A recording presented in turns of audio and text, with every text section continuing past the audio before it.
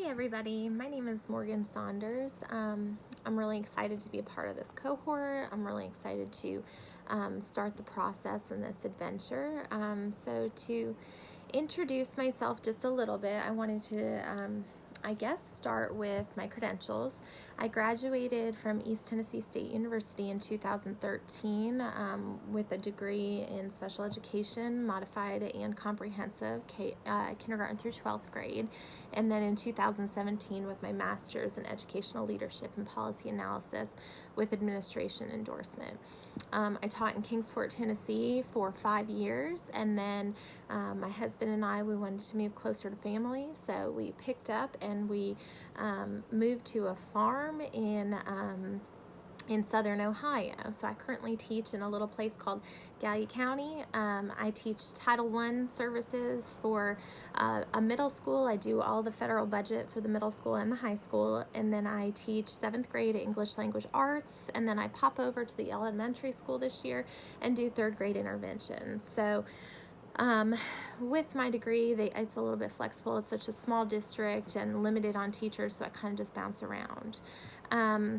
Now for hobbies, we are kind of first generation farmers. So right now we have pigs. I've never dealt with pigs before, but we've been dealing with those. I have 2 children who are really into 4-H, basketball, any kind of athletics.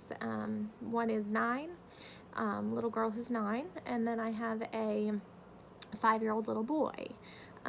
It's real fun this year because I teach in her classroom for half the day doing inclusion and intervention supports. So it's kind of neat to be able to see her for half the day. Hobbies, again, I'm very into chickens, and we currently have some chickens right now, collect eggs and do just all that fun stuff. So it's just been an adventure to be a part of all that. So a little bit about the dinner party. Now, what I would have, the authors I would have, and I thought a lot about this. I was trying to figure out which authors would I have, who is the most impactful in my life right now in regards to education and furthering my education. And I will have to start with Stephen Covey. In Kingsport, we were a district, a Leader in Me district, and it was really neat to be a part of the Lighthouse teams and really watch students grow as leaders as well as us as educators.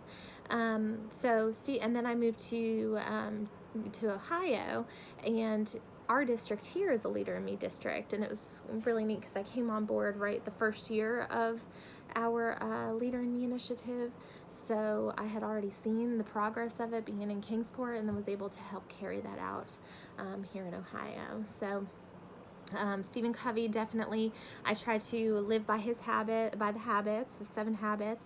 I fall short most of the time, but we all do, and a lot of times take on more than I can handle, but able to work through that. So him definitely, he would be there. The next one would be Phil Schlechte. When I was in my administrative master's program, I really thought a lot about his book, Working on the Work, and the idea of we no longer are educators teaching through instruction, but we are designers of experiences, and that really stuck with me, trying to design experiences not only for educators but also for professional learning communities and learning organizations in general, teachers included, to stand up in front of a group of teachers during a professional development seminar or opportunity is one thing, but to give them time to work through what those professional learning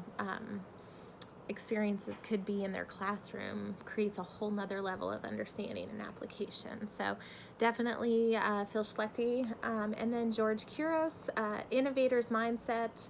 I do a lot of grant writing on the side of, and project-based learning on the side of my normal position, and part of that is innovation. And anytime we're about to start a new initiative or start a grant to begin a new initiative, I always think back to the Innovator's Mindset and George Couros, where the difference between a novel idea and innovation is the sustainability factor. How can this be carried out? How can we make this a long-term, not just a novel idea shot in the dark, but how can we make this a long-term learning experience for the individuals involved?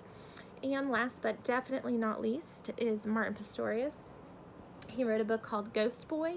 Now, in Tennessee, I taught individuals with severe and profound disabilities, and I was the 3rd through 5th grade functional academics teacher for Kingsport City School District, and I had students who were nonverbal, and it became my mission in life to help them find a voice, and it was because of that book.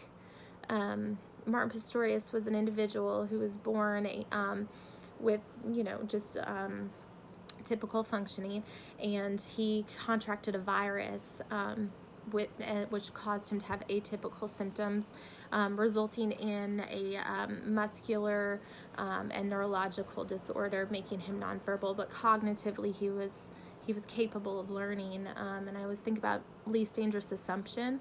Half of his life was spent with little to no education because he couldn't functionally communicate his needs and wants and what he knew and what he was learning. They thought he wasn't learning at all. And then once he was provided with assistive technology and somebody who was going to be an innovative thinker and help him, provide him with experiences, he was able to take the lead and then write this book, Ghost Boy, about his life. So those are the 4 individuals that I would have at my dinner party, and I think it would be a really interesting dinner party. I don't know what I would serve, but that's all I have for you. Very excited to be a part of this cohort with all of you, and just to kind of give you a snapshot, I took a couple personal days off. See if I can figure out a way to turn this around. Here we go. Is that it? I don't know. I was going to show you the beach. There's the beach.